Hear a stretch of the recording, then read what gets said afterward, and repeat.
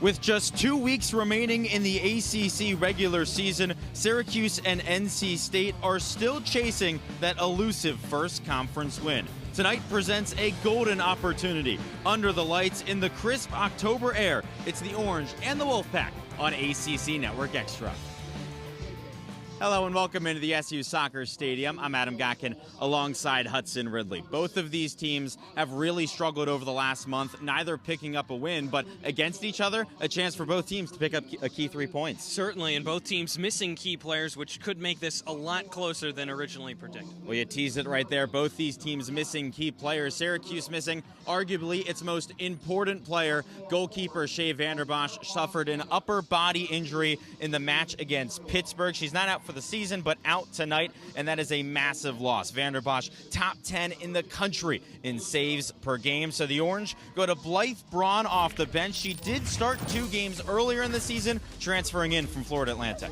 2 games earlier in the season, like you mentioned, but also some games last year at Florida Atlantic. This is her 3rd destination. She's an experienced keeper, Adam, and that's what you want out of your backup. When you look at the minutes Shea Vanderbosch played last year without missing one, you want a good backup when she goes down. This was the case. NC State also has an experienced goalkeeper, and that is Olivia Protopis. She faced a career-high 30 shots last time out and looked pretty solid. Making 9 saves, too, in that, which was also a career high. And Coach Santoro of NC State said he feels bad for her because the back line has really let her down this season. Coach Santoro approached this as a matchup of 2 good goalies when we thought Vanderbosch would still play, but without the back line help. 2 teams searching for a massive victory with the season coming to an end. We've got lineups and kickoff coming up on ACC Network Extra. It's a picture-perfect night for soccer here between Syracuse and Canisius. Let's waste no time and get straight in to the starting lineups. First, for the Syracuse Orange, just one change from the last match, and that's the freshman, Christian Fortier, getting his first start. Yeah, exciting night for Fortier, going out there for the first time in his freshman season, and certainly looking to contribute early on for a side that's looking for a little bit of momentum in that midfield right now, Adam. Canisius, on the other hand, with a couple of changes, but one of the guys who has stayed in the lineup on the left wing is Mason Petrucci. Petrucci, ultra productive his last time out. How about highlighting 2 Canadian guys, 2 Toronto area natives? Petrucci, 3 points his last time out. So looking to continue to build on that and provide some momentum for this Canisius team. We're just a few hours away from the Canadian border. There are Canadians all over both rosters. Canisius has Jack Petrie in goal. He was the starter for most of last season, did not get the job this year, but after an injury to the starter Alejandro Alinas, he ended up getting the starting job moving forward. Well, he stepped in really nicely, Adam. They love the way that he's played so far. A guy who can play athletically, moves well. He's got a big frame, 6'1", 170, and trying to just really earn that job as he goes forward here. Tomas Hutt gets the start once again for Syracuse. He was on the roster last year, but did not see any time. And he's been pretty solid so far, giving up just 1 goal per match.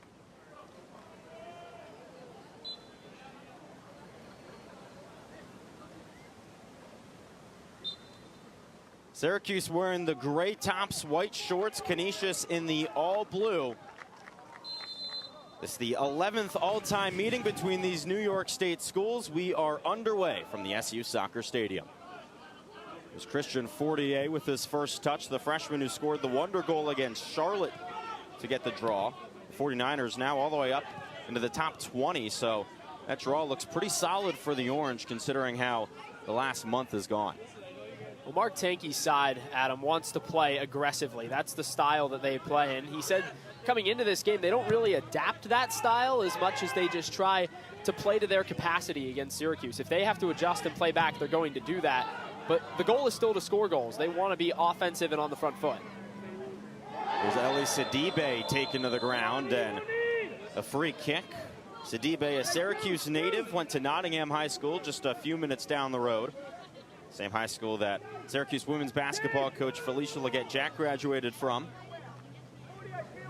Yeah, Sidibe uses that speed really well. You see him do it to draw the foul there in the midfield, and he gets a little bit of early chance at momentum for this Golden Griffins team.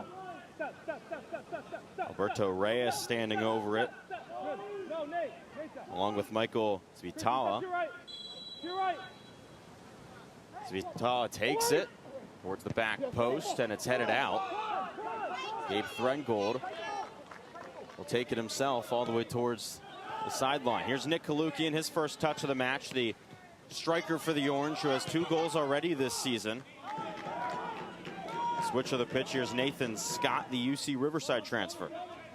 Well, Kalukian knows that he's got to continue to be really the #1 guy when it comes to scoring if this team's going to figure out its offensive issues, Adam. You know that he wants better of himself. Last year, he kind of came in and starred in a lot of roles offensively, but he's trying to expand that, become more of a leader as an upperclassman. Kalukian started all 21 matches last season for the Orange, scored 6 goals, had 3 assists so far this season, 2 goals and no assists. That ball all the way back to Sam Layden, the grad transfer from Australia, the only player not named Tomas Hutt in net who has played all 90 minutes in every single match so far this season for the Orange. Layden has brought the much-needed experience to this Syracuse team. Leibold sends it in. This is dangerous, and it's a goal for the Orange! Gabe Threngold, his second of the season. And less than 3 minutes in, it's Syracuse 1, Canisius 0. It's exactly what you want to do for Syracuse, Adam. Get Canisius on their back heel early. Take another look at it right here. It's a great ball played to the far side of the field. And that's a poor effort in the box. Going back from Cody Sarkodie. And Threadgold just takes advantage, seizes the moment, and puts it in the back of the net. A mishit from Cody Sarkodie. That's a good job from Threadgold, too, to get it past the keeper, Petrie. You just know how important this is for the Orange with how much the offense has struggled lately. To get a goal early on after the last match against Virginia Tech, Ian McIntyre really stressed how 1 goal can change everything in a game. And for Syracuse, they get the first one tonight. Well, of course, it's shades of their start against Boston College, Adam, where they scored in the first minute and, of course, ended up conceding to tie that match. Sidibe in the box. Sidibe has a chance, but Layden going back made a nice play, and Tomas Hutt collects it.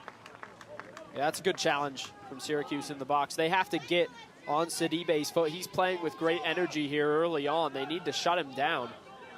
He's going to utilize that speed well. That's really the key facet of his game, and Canisius, wanting to be that offensive team like we talked about, is going to utilize him, trying to get him into some open space early on. Layden up to Nathan Scott. There's Chimere Omese, the talented freshman from Canada who appeared for the Canadian Youth National Team in the U17 FIFA World Cup as well as the U17 CONCACAF Championships.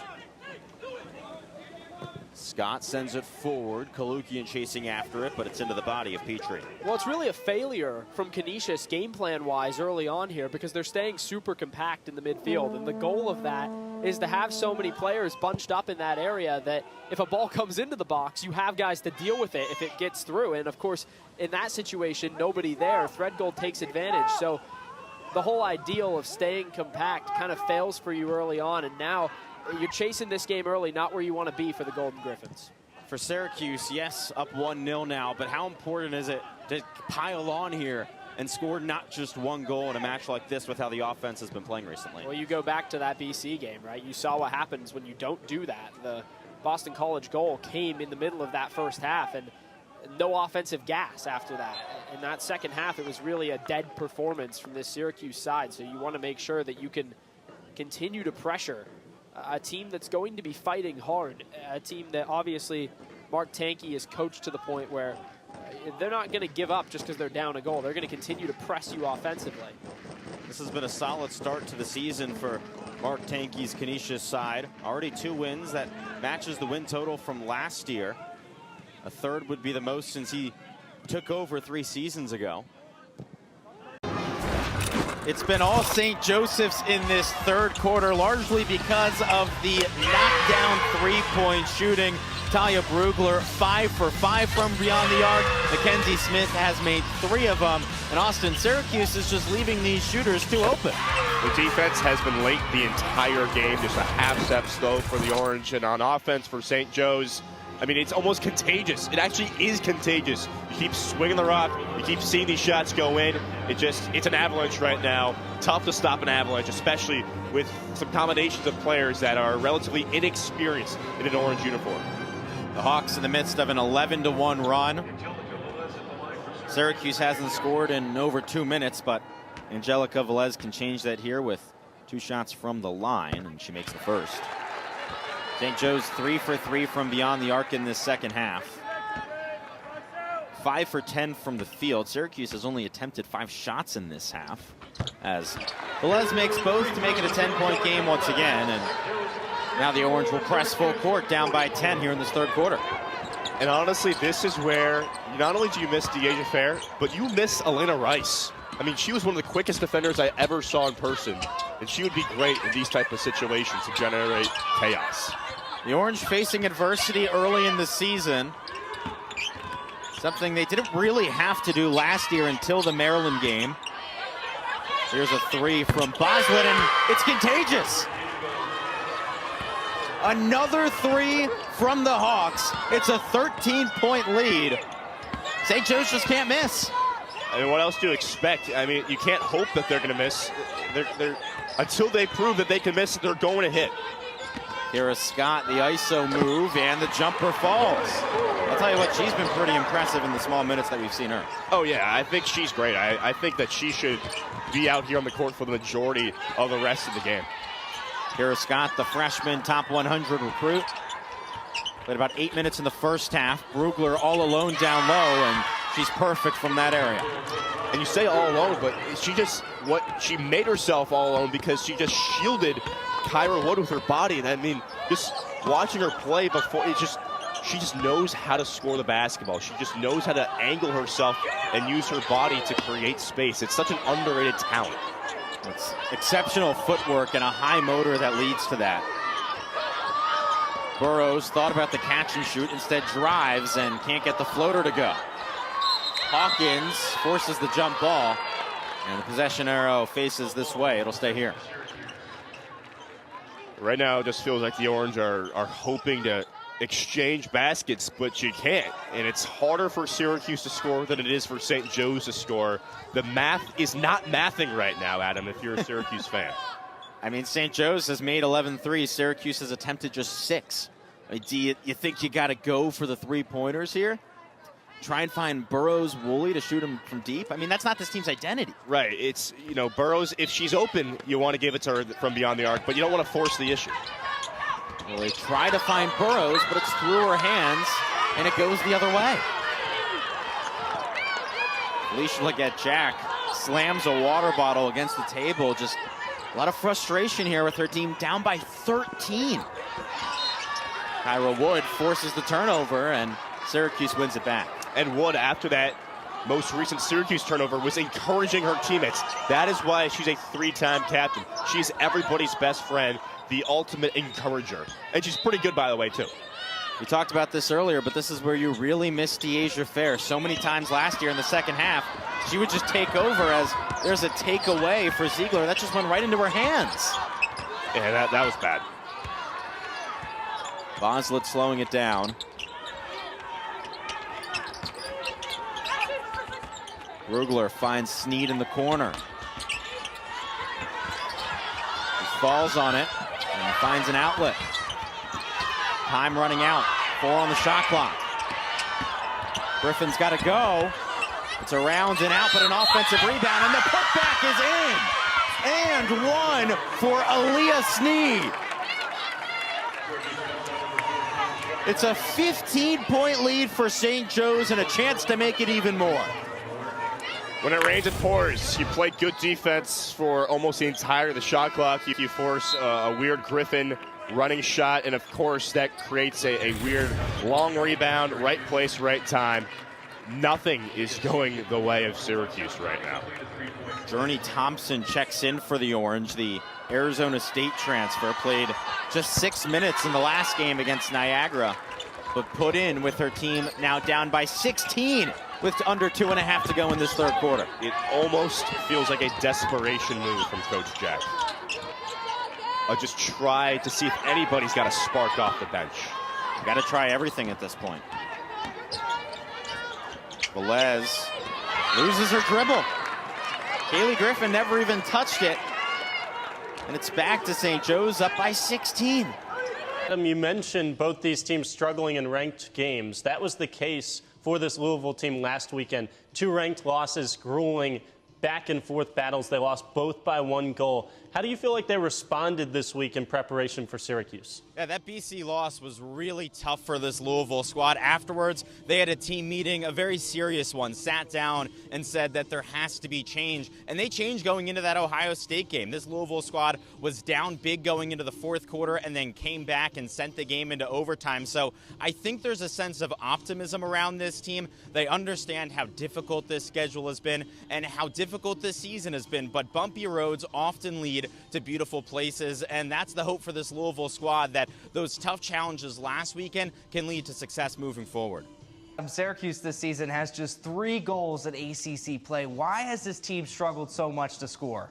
Well, I just said that last time out, Syracuse was really able to push those wingbacks forward, and I think that's a big part of why they look so good against NC State and a big part of why they've struggled in so many other ACC games. Let's be honest, NC State and Miami are not at the level of competition that the prior ACC opponents were.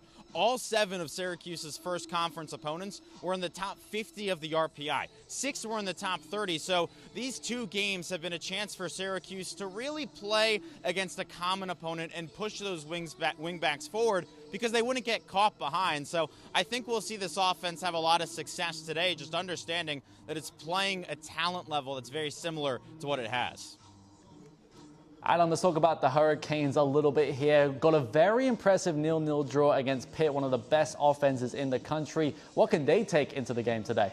That was one of the more impressive defensive performances that I think I've ever seen in a soccer game. Pittsburgh is top 15 in the country in scoring offense, and Miami held them to no shots on goal for the first time in 5 years. The Hurricanes did a really good job of clearing literally everything out. Anytime that Pitt sent a ball towards the box, it was cleared out right away. Didn't matter if it was a corner or a throw-in. They did not want to allow any loose balls to find the back of the net. That's what Pitt did against Syracuse when it beat the Orange 3-0. So the Hurricanes kind of took some from that and played really, really impressive on the defensive end. They never freaked out. They played calm and composed and just really impressed me in that match.